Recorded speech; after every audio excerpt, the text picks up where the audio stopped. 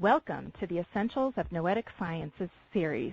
I'm Lindsay King, and tonight our host is IM Senior Scientist Dean Radin, and he will introduce his guest, Bruce Greyson. Welcome, Dean. Thank you, Lindsay, and welcome, Bruce. My guest today is Bruce Greyson. Bruce is the Chester Carlson Professor of Psychiatry and a Division Director of the Division of Perceptual Studies at the University of Virginia.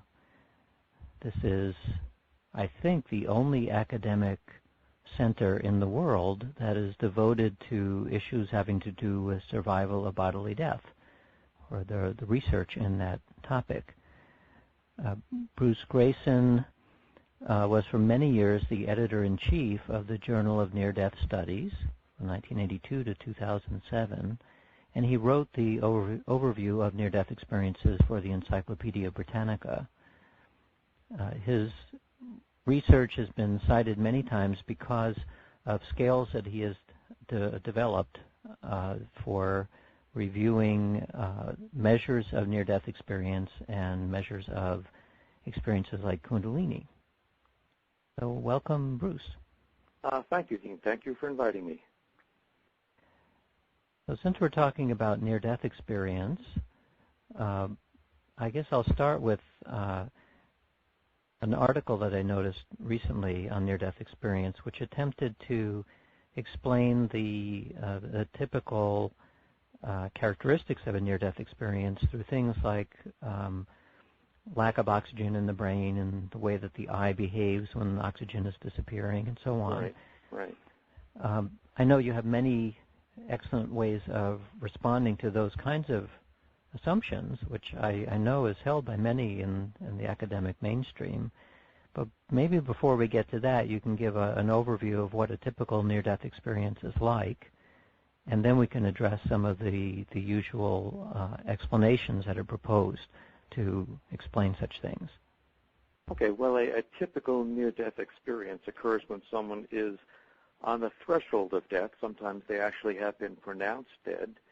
And in this setting of usually fear and pain and trauma, they are suddenly overwhelmed by tremendous sense of peace and well-being. They may have a complete absence of any pain. They have a sense of leaving the physical body. Often they can look back and see the physical body from another visual perspective. They may then go through a tunnel, a dark enclosed space, to a brilliant light that is seen as being, experienced as being a living being, not just a light, but a living being of light. They may encounter other beings there, sometimes deceased loved ones or spiritual beings, a deity sometimes, that may guide them through a review of their lives. And they sometimes go on to enter some other unearthly realm before finally coming to a point of no return, at which point they either come back voluntarily or sometimes are sent back against their will. That's essentially the things that you see in near-death experiences. Of course, not everybody has all of those features. Right. Yeah. Okay. As for the explanations, if you want to jump into that. Sure. The one you mentioned about anoxia causing parts of the brain to shut down and peripheral vision being lost, that's actually one of the sillier explanations that I've heard. Because what that basically says is that as your brain does lose oxygen, you lose peripheral vision so that your vision narrows, and that can look like going into a tunnel in the sense of your visual field getting smaller and smaller. But that is not, in fact, what people report as a tunnel in a near-death experience. They don't report losing peripheral vision and the visual field getting smaller and smaller. In fact, they retain vision of the whole visual field, and they actually see a structured tunnel, not just blackness, but they describe the walls of the tunnel, sometimes in very vivid details, not at all like tunnel vision. But, there have been many physiological explanations, drugs given to people, lack of oxygen to the brain, temporal lobe misfirings, various drugs being produced by the brain under stress. The problem with all of these physiological explanations is that they're all based on the brain not functioning or not functioning properly, a malfunction of the brain causing this hallucination. And what that doesn't allow for is the incredibly enhanced mental functioning that you see typically in near-death experiences. Most near-death experiences have incredibly clear thinking. People report their thought processes are clearer and faster and more logical than they are normally. They have vivid perceptions. Colors, sounds are more vivid than ever. And they have afterward a very clear memory for the whole experience. And the problem with the physiological explanations is that everything we know about malfunctions of the brain produce confused thinking, not clear thinking, clouded perceptions, not clear perceptions, and no memory or very poor memory, not clear memory. So none of the physiological explanations really even address the main features of near-death experiences. Mm-hmm. Given that the near-death experiences don't occur to everyone who is near-death, what explanation is there for why these occur to 20 to 30% of the people rather than everyone? That's an excellent question, and I don't know that I have the answer for that. There have been several studies now done of a whole group of patients who came equally close to death. Usually this is done with people who have cardiac arrests. They've been done in the U.S., in the UK, in the Netherlands, and they all come up with basically the same figures, usually between 10 and 20% of people who have a documented cardiac arrest will report a near-death experience. Now, one of the problems we're dealing with here is that what that means is that 10 to 20% will remember and report the experience to the investigator. That's not the same thing as saying that 10 to 20% actually have the experience. Some people may, in fact, have it and not remember it. Some people may remember it and choose not to share it with the investigator. So we don't really know how many people actually have a near-death experience. Given that, I think it's fair to say that not everybody has them. And I don't think we know why that is. It may be that some people don't come close enough to death to have one. It may be that only certain personality types will have a near-death experience. For example, people who are extremely rigid and unable to let go may not allow themselves, in a sense, to experience a near-death experience, just as they don't remember their dreams and don't allow themselves to have other emotional experiences. But we don't really know the answer to this question yet of why some people have a near-death experience and some people don't. I often ask near-death experiencers why that is. And the answer they usually give me is something like, you get what you need in the experience. And if you need a certain type of experience, that is what you will get. Mm-hmm. Have there been cases of people who had multiple near-death experiences, but in some cases they reported something, in other cases they experienced nothing? Yes, that has happened. We have had several people who reported several near-death experiences, 2, 3, 4 experiences. And I've also talked to people who had a very beautiful near-death experience and then some years later had another close brush with death and had nothing, and were often very disappointed in that. Mm-hmm. So among other reasons, if someone was enthralled by the concept of a near-death experience, then trying to create one may not be such a great idea because they, statistically speaking at least, are likely to be disappointed by not having anything. Yeah, well, in fact, if you try to bring about a near-death experience, it's not likely that you will actually have one. If you look at the content and the process of a near-death experience, one of the critical factors often seems to be letting go, giving up control, or having control wrested from you. Sometimes people will report approaching death and trying very hard to stay alive, trying very hard to stay in control, and fighting very hard against losing control.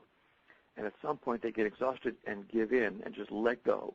And when they let go, they're able to have this experience. Mm-hmm. We find that those people who are able to let go are the ones who have the more elaborate experiences and have the more profound after effects. So if you are trying to bring about a near-death experience, and people have tried this with drugs, with various other means,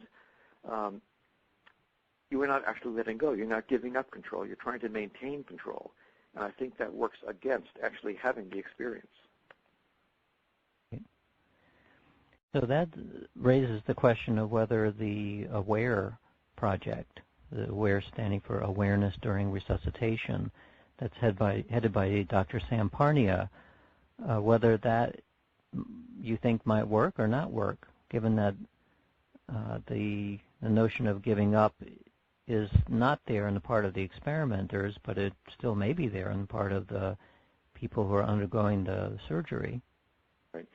For those listeners who may not be familiar with the AWARE study, which was, as you said, started by Sam Parnia, is a multinational study of people who have cardiac arrests, looking at the characteristics and incidence of near-death experiences in these folks. And there are, I believe, now some 20 hospitals in the UK that have entered this study. We have just started at the University of Virginia, and there are a couple of other places in the US that are about to start. And I believe there is one in Switzerland and one that's being planned in Canada and one in Japan. So we will hopefully get some cross-coastal data as well in this. And one factor on this is just looking at the frequency of near-death experiences in people who have cardiac arrest. Now, these are all done in hospitals. So looking at people who have their cardiac arrest, their hearts stop, while they're in a hospital, so we know exactly when it is happening. And usually we have a lot of physiological monitoring going on with these folks. Another aspect of this study, though, is that there are hidden visual targets being placed in the hospital rooms up near the ceiling facing upwards, so you can only see the targets if you're up near the ceiling looking down. And these are being placed in almost all the rooms of the hospital so that when a patient has a cardiac arrest in the hospital and reports leaving their body, they may see this target.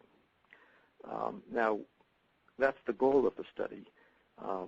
When I mention this study to near-death experiences, they are often incredulous that we are planning this because their impression is, why would somebody who was just out of their body for the first time going into this incredible experience think to look at some target you've placed somewhere in the corner of the room that's totally irrelevant to them? Why would they look at it? Why would they remember it? There's no motivation there to do so. It's not relevant to them. So I'm not sure whether it really will be a successful study or not in that regard. Certainly, if we have people who accurately report these hidden targets, that will be impressive. If we fail to have people report those targets, I'm not sure what we can say about that. Mm-hmm. For example, if people describe accurately other things going on in resuscitation attempts but fail to report the designated target, does that count against them? Right. And, of course, I think the idea of the hidden target was brought about because of people's reports in an operating room where they felt that they floated to the ceiling and they could look around. That's right. That's right. And we have many of these anecdotes. In fact, Jan Holden at the University of North Texas actually looked at 100 different published reports of these out-of-body perceptions. And she found that about 86% of these had been corroborated by somebody else. In other words, a third person also said, yes, these perceptions were accurate. In 92% of these cases, they were entirely accurate. In only 1% were they inaccurate. So we have a lot of anecdotes to say that people really can see accurately from an out-of-body perspective. Now, of course, the skeptical perspective on this is that we don't know whether these were likely guesses. For example, if someone said, I was up near the ceiling and saw that the surgeon had a bald spot in the back of his head, well, that's a good guess. And a lot of people may say, of course, that's a likely thing to guess. So the idea of putting these targets is they would be very unlikely targets, and they're targets that we would know the odds of guessing it correctly or not. So it's a little more controlled than just whatever the person having the experience happens to notice and report. Mm-hmm. Recently, Raymond Moody has been talking about cases of where more than one person might experience something like a near-death experience. One person may may be near death and have the classic experience, but other people feel something unusual as well. Can you tell us anything about that line of research? A little bit. This is an area where it's hard to do controlled research because it happens spontaneously. But there have been reports for many, many years about people who are at the bedside of someone who was going through a dying process. And at the point the person dies, the caretaker who was there with them experiences something. And sometimes they just see a mist or something rising from the person's body as they're dying. But sometimes the bystander actually accompanies the person through parts of the near-death experience. And they may, in fact, see the tunnel, see the light, encounter the same deceased entities that the near-death experiencer does. And in some cases, they even report seeing some of the life review of the person who was dying. Now, again, these are just anecdotes, and it's hard to corroborate any of this information, but they are very interesting reports. Right, which suggest, among other things, that besides the shared nature, presumably the shared nature of what's going on, that you don't need to have such an extraordinary altered state in order to have some of these experiences. I mean, that raises the question of how do we measure an altered state? A lot of people have near-death experiences when they are physiologically near-death, such as when their heart stops. But people also have them when they are simply afraid they're going to die. For example, people who fall from great heights or people who are in automobile accidents but aren't physiologically near-death but fear they're going to die imminently often have the same types of near-death experiences. So you don't have to be physiologically impaired to have a near-death experience, which again speaks against some of the physiological explanations that have been put forward about lack of oxygen to the brain and so forth. Right. Well, but people who think that they're about to die presumably are going through a huge adrenaline rush, among other things. Right. So they may not, in fact, be prepared to be dead, but this is quite different than if someone is accompanying a dying person. They may be emotional, but they won't necessarily have the same kind of a huge physiological rush that's associated with falling off a building, say. So that's what I meant by you don't need extremes of push. You don't need to push the person physically very far. That may be just the right context. That's true. That's true. The other thing that I hear again and again is that people who have a near-death experience come back, and not only is their personality transformed, usually towards a positive direction, but also they report that they're much more psychic. That's often been reported. The problem is that no one has ever tried to document this type of thing. But people report that once they've been opened up by a near-death experience, they remain opened up. And they can often perceive things that other people don't seem to perceive. They're often more intuitive, more sensitive to other people's thoughts and feelings. And sometimes they also report having physical abilities they didn't have before, healing abilities, or abilities to affect electronic equipment, often involuntarily. For example, people will frequently report being unable to wear a wristwatch after a near-death experience. Mm-hmm. Or they will report that as they go by, they walk down the street, street lights will blow out as they walk by them. People will report often their car batteries being drained frequently after a near-death experience. So there are these reports of not only psychic phenomena, but also strange electromagnetic phenomena, which may be related to the healing abilities that people have or claim to have after a near-death experience. So as you said then, that as you know, there's no experimental work that has tried to confirm that people's reports of being more psychic is actually true? Well, I'm not aware that anyone's ever tried to measure that. There are, as I said, several surveys of near-death experiences that have documented an increase in reports of psychic phenomena. Right. But I'm not aware of anyone who's actually tried to measure that. Well, it sounds like there's a good research project Indeed. staring us in the face. Right.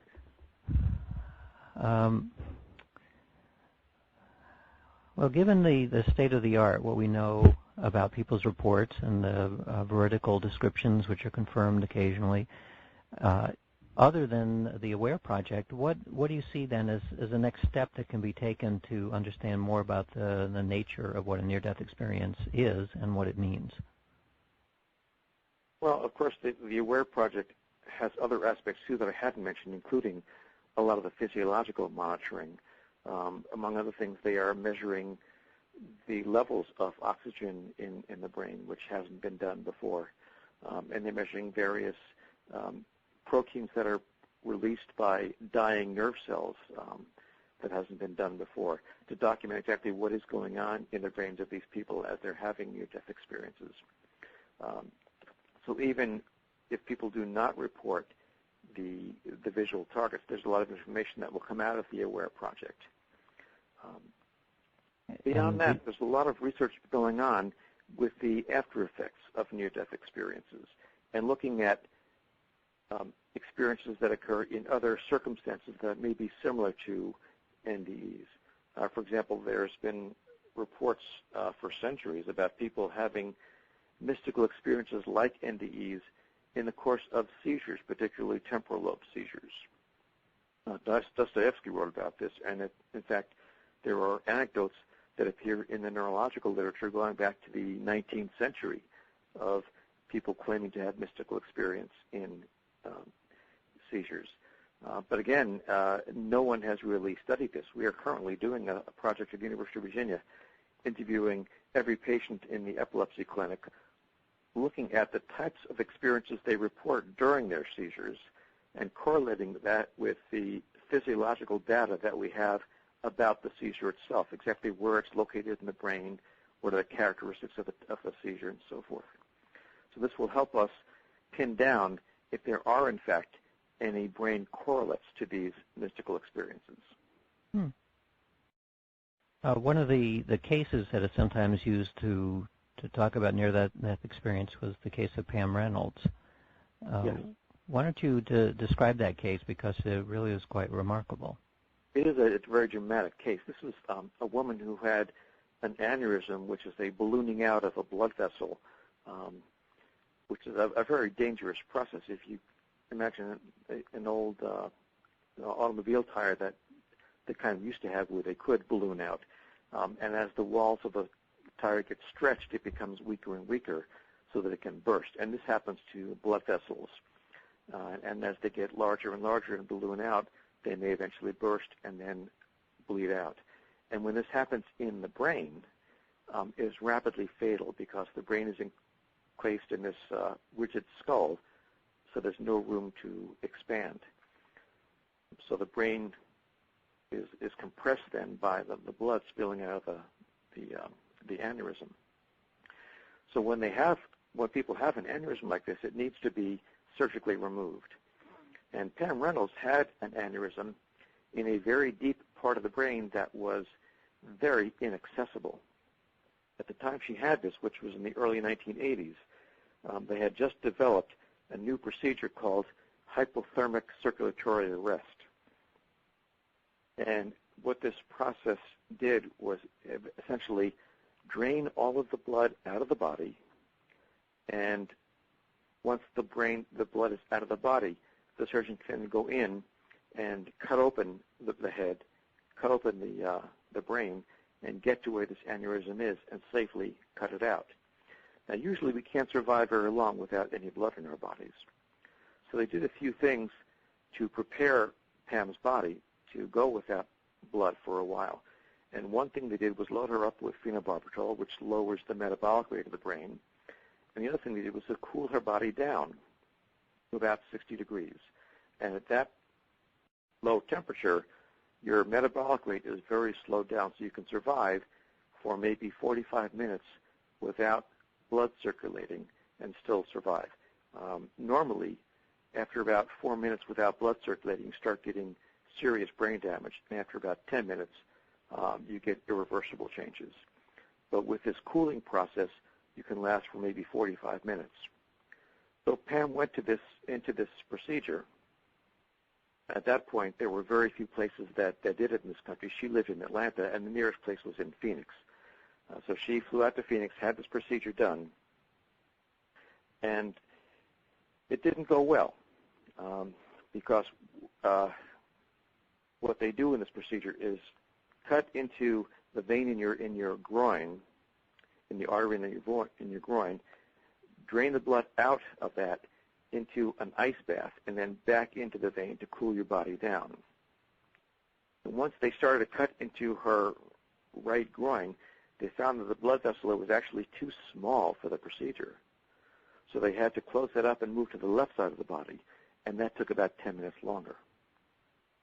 So that she was actually going through a much longer procedure than they had hoped. They eventually did get her body cooled down. They drained all the blood out and then opened up her brain and successfully clipped out the aneurysm and sewed it back up. The procedure took so long that they started rewarming her body faster than was usually acceptable. And in fact, that rapid rewarming actually caused a cardiac arrest twice as they were rewarming her. So she was undergoing this very elaborate procedure that basically had her without any blood in her body for a whole hour, followed by 2 cardiac arrests. During this whole time, her brain was continuously monitored. She had 0 brain activity. She had no blood in her body, and therefore no pulse, no heartbeat, no respirations. She met all the criteria for death for about an hour. When she came out of it, she described a very elaborate near-death experience with the light, with seeing deceased loved ones, and with reporting visual perceptions from an out-of-body perspective, including things like the fact that the surgeons cut into her right groin, found it was too small, had to move to the left side. She described the very unusual type of saw they used to cut her scalp open, which she had not seen before.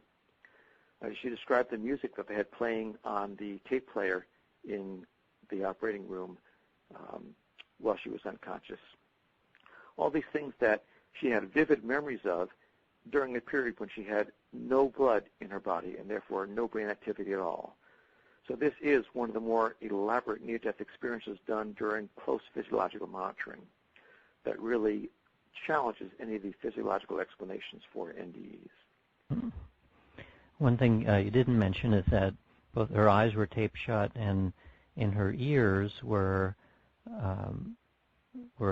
they molded earpieces so that would fit her ear exactly? So they molded earpieces making very loud click noises to be able to test the response of her brainstem. That's right. That's right. The eyes were taped shut because she's not going to be blinking for a whole hour, and your eyes would dry out if they remained open. So they taped her eyes shut so she couldn't see anything. And the earpieces were actually playing a 90 decibel click, which is the sound of a loud orchestra a few feet away from you, clicking very rapidly in her ears so they could measure the response of the brainstem to these clicks, and therefore they would know when the brain had stopped functioning. Mm-hmm. So between the molded ear speakers blotting out any other sounds and then the loud, constant clicking in her ears, she couldn't possibly have heard anything in the room, and of course she couldn't see anything with her eyes taped shut. Right. So you can't really explain how she knew what was going on in the room during this time. I had imagined, since some of my research involves precognition, that if she was in some other place where time and space are not quite the same that we experience it in our ordinary awareness, did she report in sequence what happened during the operation, or was her report about things that were true in the operation but out of sequence? In other words, if you're in a timeless place, how do you still keep track of time? Right. This is one of the anomalies of near-death experiences, that people almost always report that in the near-death experience, time did not exist. It was as if they were experiencing everything simultaneously, and time as we know it just was meaningless. And yet, when they describe the near-death experience to you, they describe it as a sequence of events. This happened, then that happened, then that happened. And in fact, Pam was able to report things that happened in her operating suite in correct chronological sequence. Mm-hmm. So I'm not sure what we do with that except try to take it at face value what the experiencers say, that this is not something that can be explained in the English language. It's an ineffable experience. Right. So actually, it may be that once you translate an experience like that, and this is true for people who have mystical experiences as well, that the very act of translating it into a linear language enforces a chronological order. And right. That's why the experience itself is not in time, but simply to express it, it has to be in time. And so, as you said, the curious part of it is that you somehow know what the sequence is, even though that wasn't your actual experience. It's hard to imagine, though, that we're not doing some disservice to the experience by forcing it into that linear model. You know, the near-death experiencers say, I had this incredible experience that can't be put into words, and we say, that's great, tell me all about it. Right. Now, we force them to put it into words that inevitably have to distort the situation. Right. So it may be that the entire experience, even though when you report it, it's a long time, it may actually occur in a flash.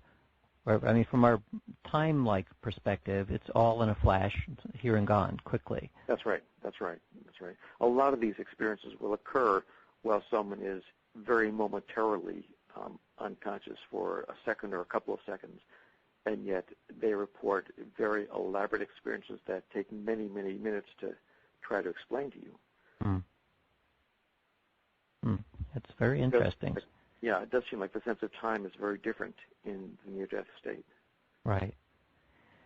Well, we're a little after the half hour, so why don't we go to questions from the listening audience?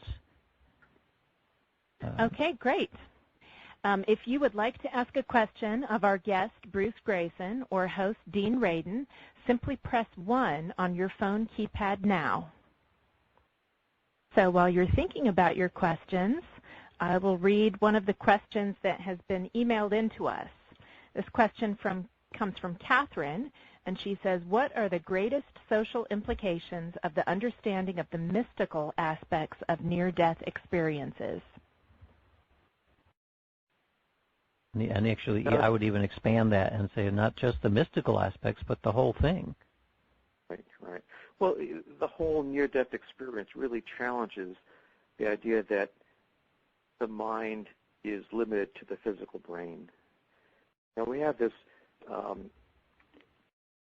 brain-mind identity model that's accepted by most physicians, most neuroscientists, that the mind is what the brain does. And it just doesn't seem to fit the near-death experience, in which people have enhanced mental functioning when the brain is clearly not functioning. It's like the old Newtonian physics model, which we had before the 20th century. The old Newtonian physics was very adequate for day-to-day activities. But once the 20th century arrived and we could measure things at very fast and very slow speeds and very large and very small distances, the old Newtonian mechanics was no longer appropriate. And we had to develop relativity and quantum mechanics to explain what was really going on. And I think we're in the same situation with the brain-mind identity model. The materialistic model that mind is nothing more than the brain works fine for our everyday life. You know, when you are hit on the head, you don't think as clearly as you do when you're not. When you're drunk, you don't think as clearly. So clearly, when the brain starts to malfunction, your thinking doesn't remain clear, and that's fine for everyday life. But when you get to the extremes, like a near-death state, that old model seems to break down, and we need something else to explain what's going on. When in these extreme states, the brain is shut down completely, but the mind seems to be going. Let's try Lucia. Lucia, you have the mic. Hi, can you hear me? Yes, we can. Great. Dr. Greyson, I'm a fellow Charlottesvillian. Oh. And I'd like to know how the study of this subject has changed you over time, you know, personally. How has this affected you personally? And what might you admit to at a dinner party that that wouldn't belong in the lab. Thank you. You know, most people who have near-death experiences talk about the profound changes in their attitude and values and beliefs afterwards. Most profoundly, they are no longer afraid of dying, but they also become more open in many other ways. And I think some of that has rubbed off on me.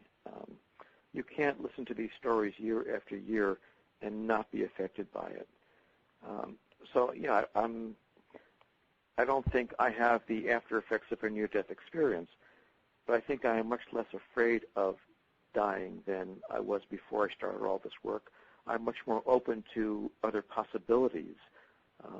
There's a sense of meaning and purpose in the world that near-death experiences seem to have that they didn't have before. And I think I've gotten some of that, the sense that things really do happen for a purpose, that there's something that we all have in common that I wasn't aware of before I did all this work. Thank you.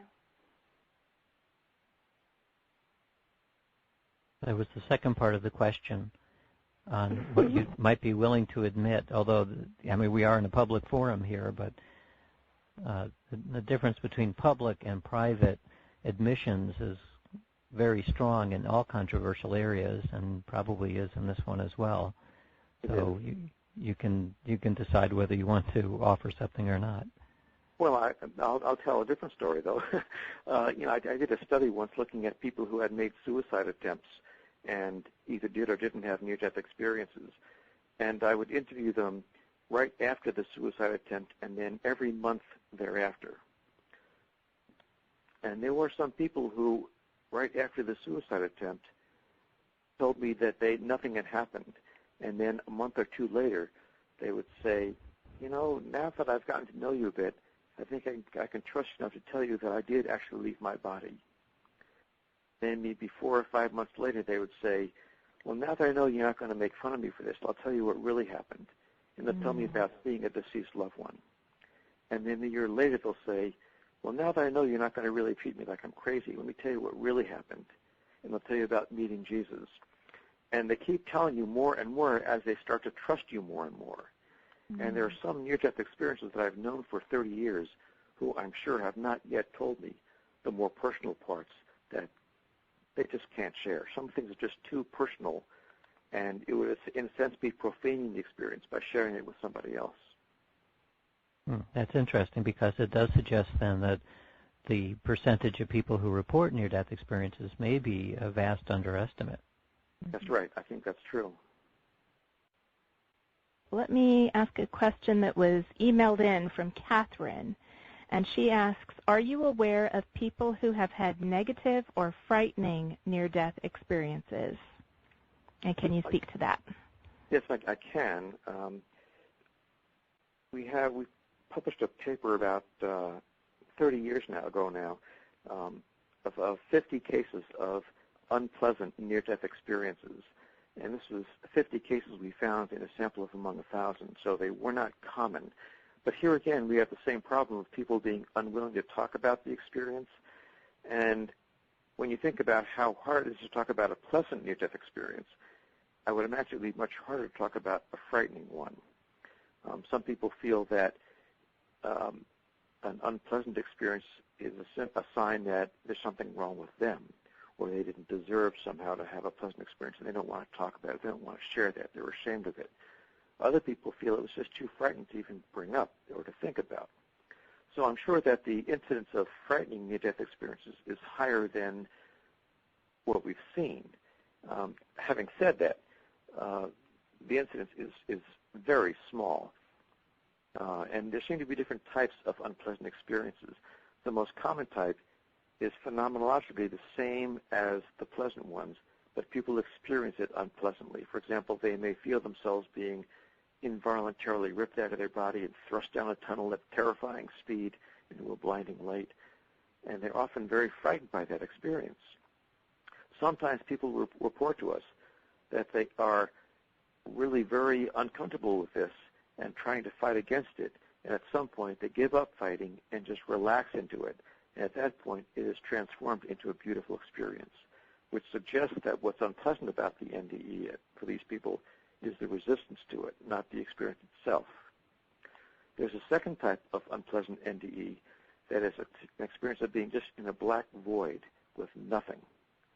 No sights, no sounds, just nothingness for eternity. And it can be a very terrifying experience for people. Most of those cases we have, I should say, came from people who were given anesthesia. So I am not sure whether that is an effect of the anesthesia or another type of near-death experience.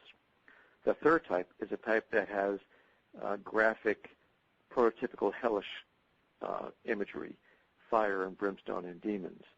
That's by far the smallest group we've had. But I should say that all these unpleasant experiences we've had have been very few in number, so few that we can't say anything for sure about anything about what's causing them. What we do know, though, is that they tend to have less profound after effects than the blissful experiences. And that may be because people just try to put it out of their minds and don't focus on it, the way people tend to focus on the pleasant ones.